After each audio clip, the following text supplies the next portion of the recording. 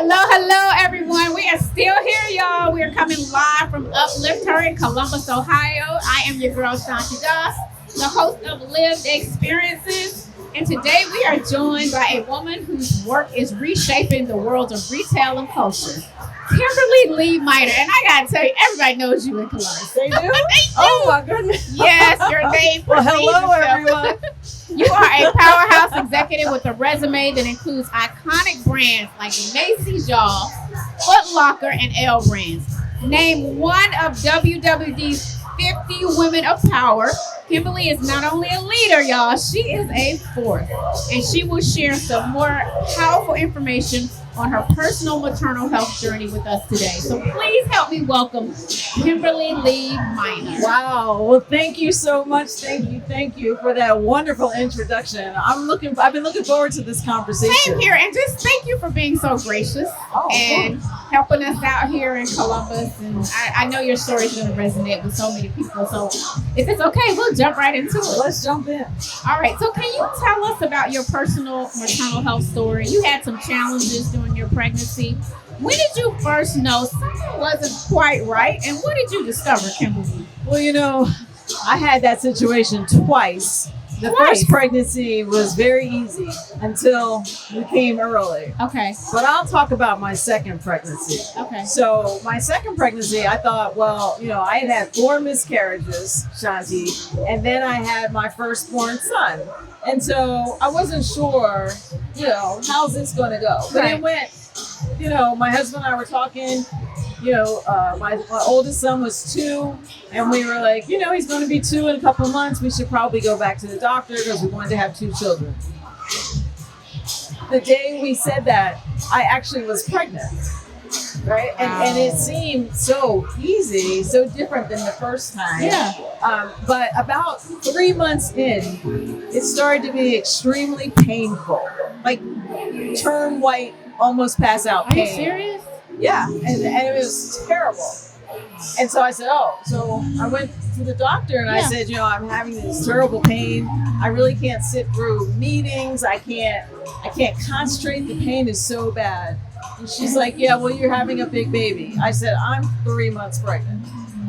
And it's not my first. Did she try to dismiss your pain? Dismiss it. So, but mind you, this went on the whole pregnancy. Oh, I'm so sorry. And then it turned out that my son was 10 days late.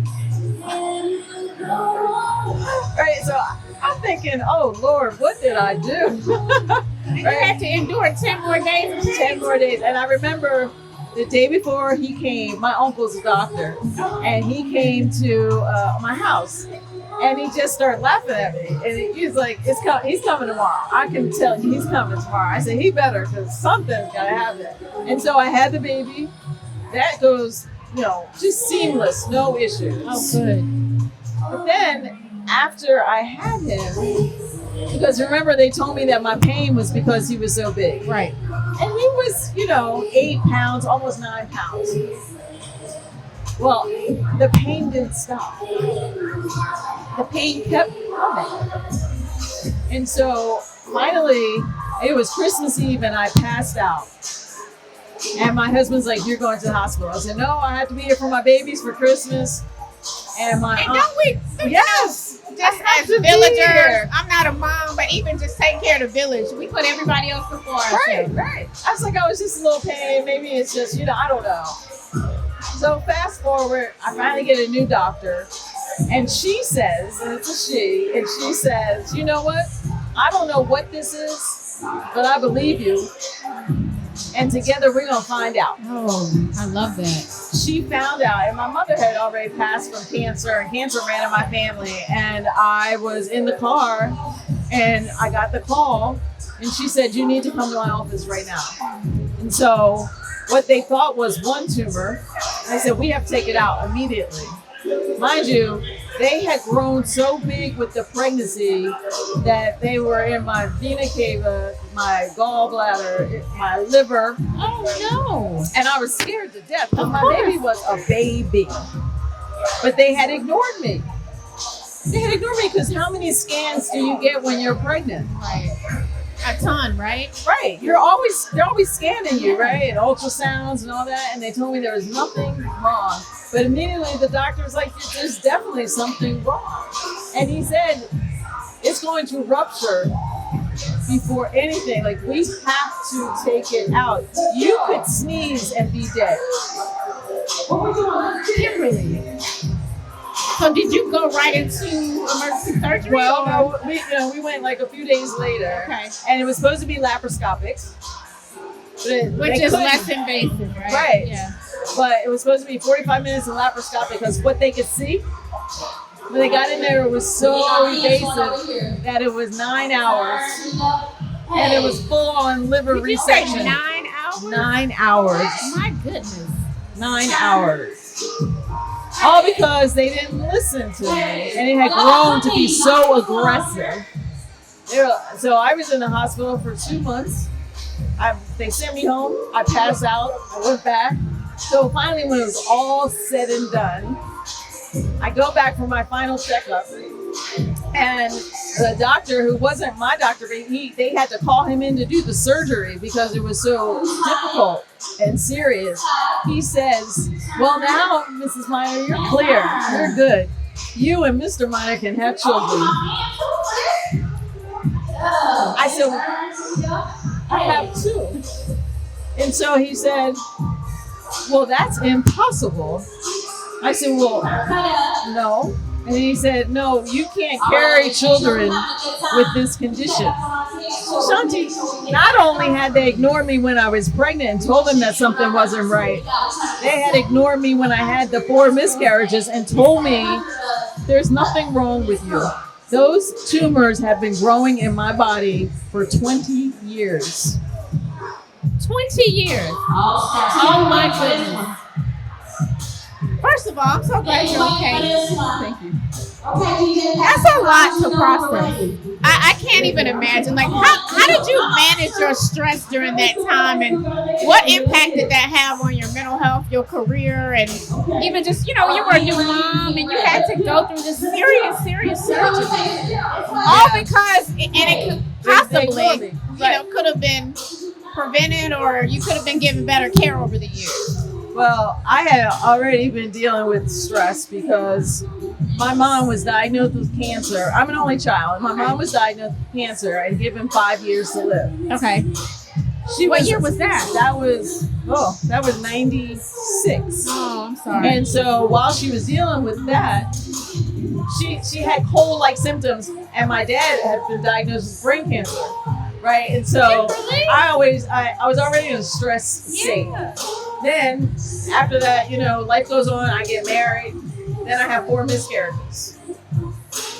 I don't know what to do with that, and who am I going to talk to about it? So I was kind of in this numb state anyway, right? And I go in, and then I was just in this fog. I would say that's the best way to describe it. I was in a fog because all I could think about was, oh my, I'm not going to live to see my children grow up. And then I would go back and forth from, oh, my babies, to, I'm so mad. I'm so mad. But understandably so. And then from mad to, oh, what can I do? It's so a range of from mad emotions, to right? helpless to, all the things. all the things. And so, pick a day, and that would be how it affected me. I don't know. But I did get therapy. You did? So I did, Okay. and I recommend that. Because it made the world a difference. It's given me tools to this day. Yeah. That I can pull out when I'm feeling a little low. Because Gotta it's find been those almost resources. 30 years, but I still feel almost 30 years, but I still, those emotions come. Like sometimes I look at my boys and I just feel so grateful, to God, and then they're good men. Amen. Yes. And Mama went through a lot. Raised Yeah. good boys. And they I know love that. it. Yes. I bet. And so, Kimberly, you mentioned that you felt, doctors overlooked and even dismissed your concerns, right? We just talked about that. For women who might be listening today, what advice do you have about advocating for your health? And we hear that so much now, you know, in all communities, but particularly sometimes in our community about, you gotta advocate, and you know that you're a living example. What do you say to the women listening today about advocating for their health? Well, I'll tell you, I mentioned that my uncle is a doctor. And so I grew up with this man saying the doctor, is just a person who went to school. And he might have went to school longer than other people. And he's a person. He's not God. Okay.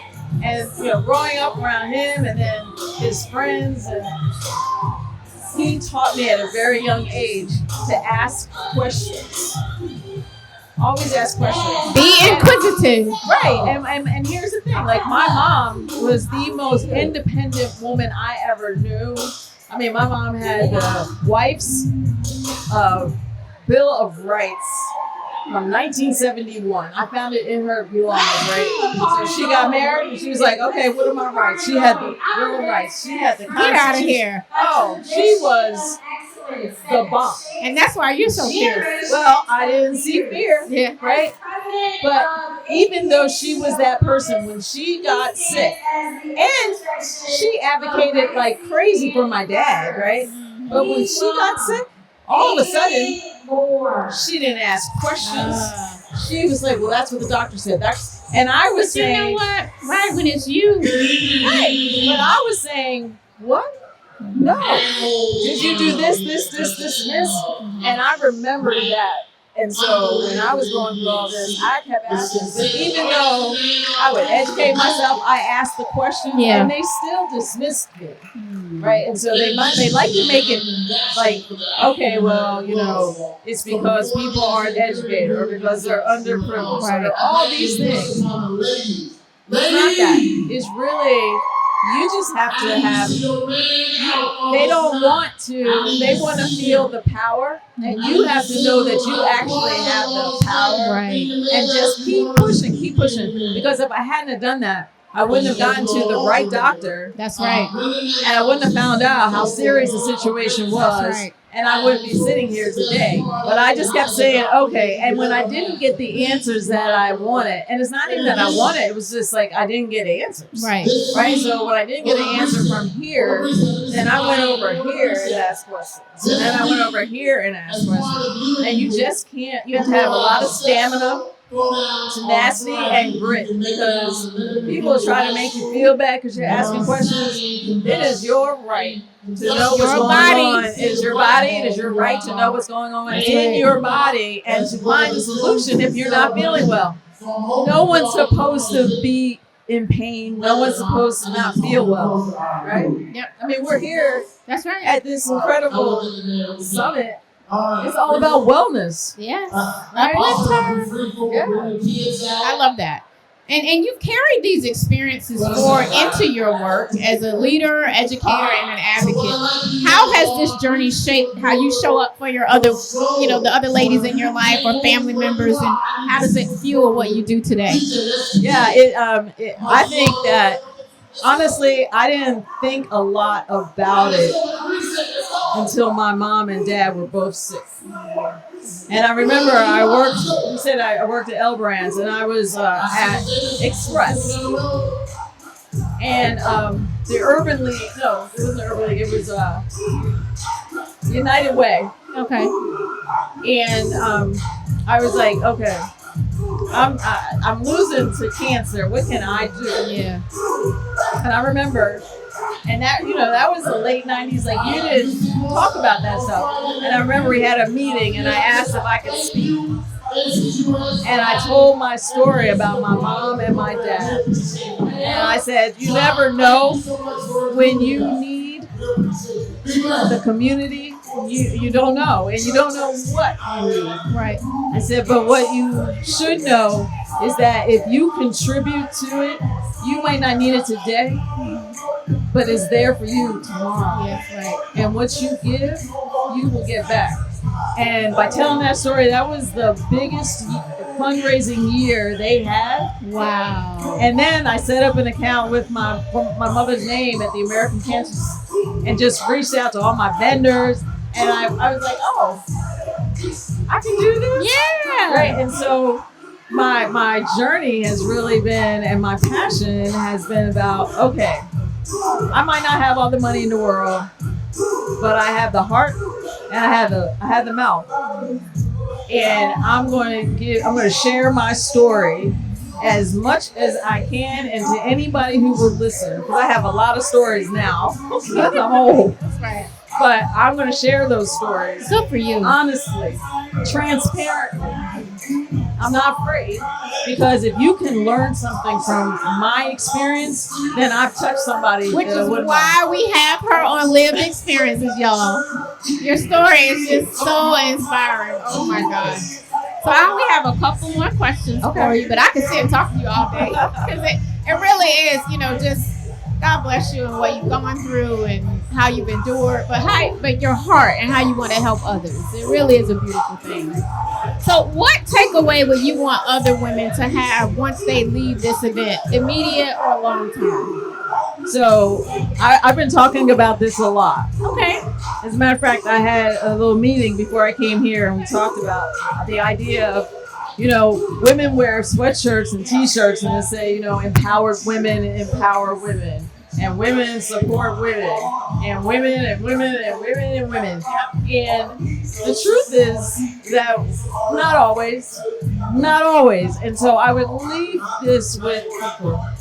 Your life experience is what it is, and you can influence it by your attitude and how you share and pray and live in the world.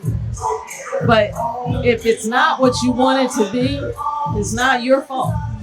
It's not your fault. So what we put out is what we get back. Yes. And you can be having a bad day, but it's going to pass.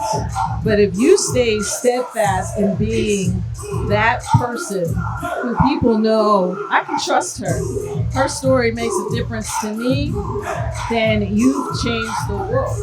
Amen. One person at a time. And that's what I want women to know, the power that they have. Power in the stories. And we all have storytelling is so important. Yes, because you just never know who you're going to inspire. Yes. So women, be honest. Right. Don't be mean girls. Right. Say that again. Don't be mean girls. I'm Yes. seriously, and the conversation earlier today is about the mean girl phenomenon. And that there is science in it. So you have to fight to not comply with that science, because that science is, that's bad science. Don't be a mean girl. Embrace your sisters. That's right. And together we can get there. Yes, we can, y'all. Together we can get there. I have one final question for you, Kimberly. So I want to ask you, why can't your health wait? Why can't my health wait? Well, because I want to live to be 122, because I was late having children, and I want to see my grandbabies. Yeah. I want to see my youngest on Broadway doing his thing. I want my oldest to be the mogul he wants to be, and I want to live this life until I run out of things to do. Yeah. So I want to be 122, and I want to be as healthy as I am today. So my health can't wait, because I gotta keep this up. That's right. Well, we want you here too. And I just want to thank you so much for your transparency, your wisdom, and your unapologetic excellence. You really are a light. Thank you. And you share so many gems today. And you reminded us that leadership is about impact, intention, and integrity. And that success doesn't have to come at the expense of yourself, right? Or your health. And we're so grateful to have had you on the show with us today. And can't wait to see what this next chapter brings for you, Kimberly. Sounds good. We Take so care. appreciate